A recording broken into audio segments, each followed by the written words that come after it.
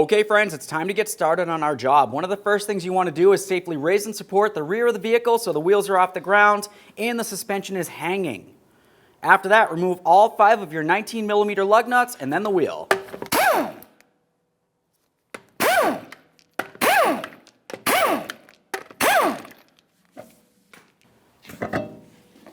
Now that the wheel's out of the way, we have a nice clear view of our rear shock. Down along the bottom here is where it's going to connect onto the control arm. There's going to be 2 10mm headed bolts. Before I go ahead and start removing those, I'm going to apply a little bit of upward pressure under this just to kind of support it.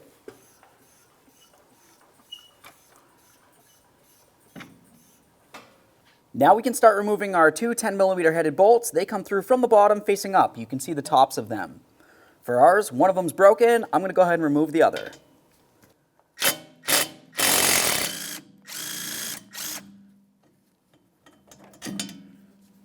Once you have your bolts out of there, give them a quick inspection. Make sure they're still reusable. If not, grab yourself some new ones. Now we can go ahead and lower down our support and get that out of the way. After that, go ahead and get inside the trunk of the vehicle so we can access the top. From inside the trunk, we're going to make our way to the side carpeting. Just carefully grab onto that. We're going to pull it towards the rear, and then we're going to expose this area. After that, go ahead and grab onto this rubber insulator here. It's essentially just a sound dampener. We can set that aside. Now we're going to go ahead and remove our 2 mounting nuts. There's one right here and one over on the other side. You do not need to touch this center nut at this moment. Now we can start removing our 13mm headed mounting nuts. To do this, I'm going to loosen this first one closest to me all the way up to the top, but leave it on a couple threads. We'll fully remove the other one, reach inside the wheel well, hold onto that shock, and then we can fully remove this last nut.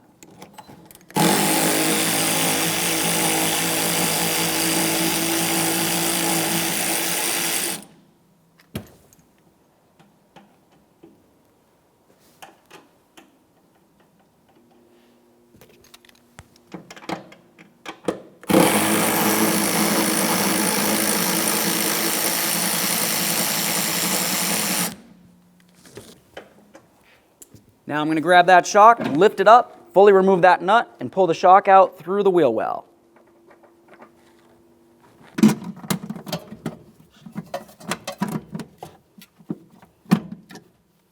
There it is, friends. All right, now that we have it out of the car, let's have a quick look at it. Specifically, looking up near the top of it. Looking at the mount, you can tell that it looks like it's a little bit oblong. It's not a perfect oval. So when we go to put this together, you want to make sure you have it in the same exact position.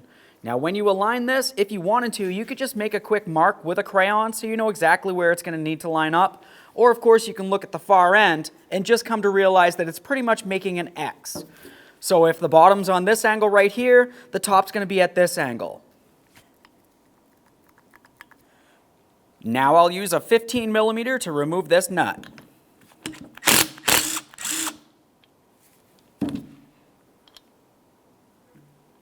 Remove the upper washer, remove the rubber mount, and the lower washer.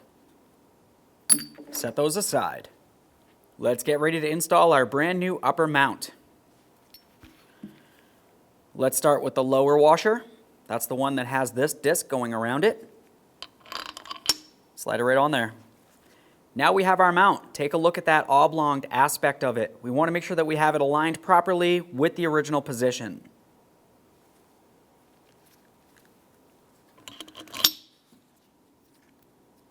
Pretty much lined up. Take that upper washer. Time for the nut. If you want to use a little bit of red thread locker, you could use that. Now let's tighten that nut. And then torque it to 15 foot-pounds. Now I'm going to stick a pry bar in between the stud and the mount. We'll torque this to 15 foot-pounds.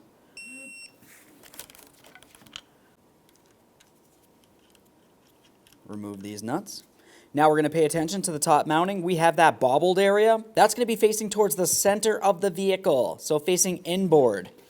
Now we can take this, we'll slide it into position, reach up into the trunk, and go ahead and install both of those mounting nuts.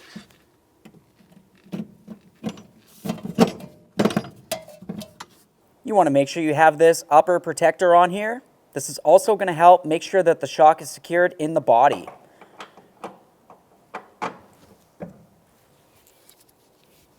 Start on both of your mounting nuts.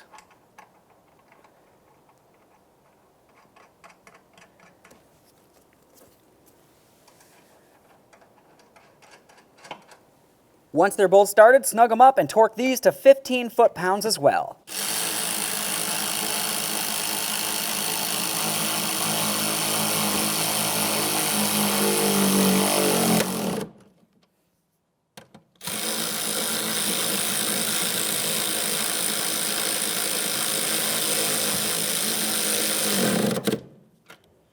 Now let's have a look at the lower mounting point for the shock. Looking at this, you can tell that it's not necessarily parallel to the ground or straight across. It kind of goes a little bit at an angle. Also, if you were to look at the control arm where it needs to mount onto, it's also sitting at an angle. Essentially, you just want to match up those angles so they're in the proper position. Now we can go ahead and start jacking up this lower control arm here until it matches up. We'll start in both of our mounting bolts, snug them up.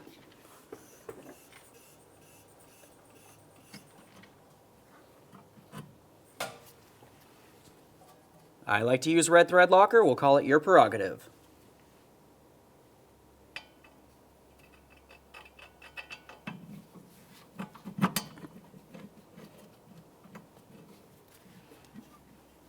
Just one bolt. We'll do the same to the other. Let's start snugging them up. All right. Now we'll just make sure they're tight. Now we can torque each of these mounting bolts to 18 foot-pounds.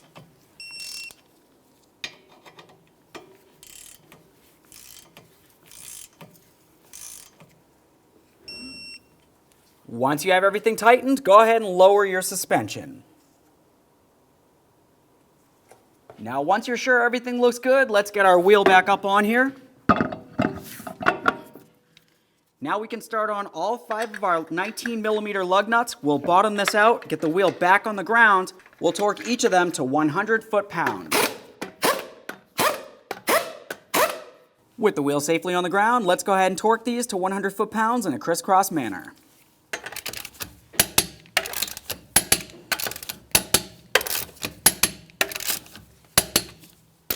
Torqued. Okay friends, we got the car back together. What's left to do now? Now of course, whenever you do a rear shock, you always want to make sure you do them as a pair. So do the exact same thing on the other side of the vehicle. Aside from that, you need to make sure you get a 4-wheel alignment after this. So go ahead and safely take it for a road test down to your local alignment shop. Thanks for watching.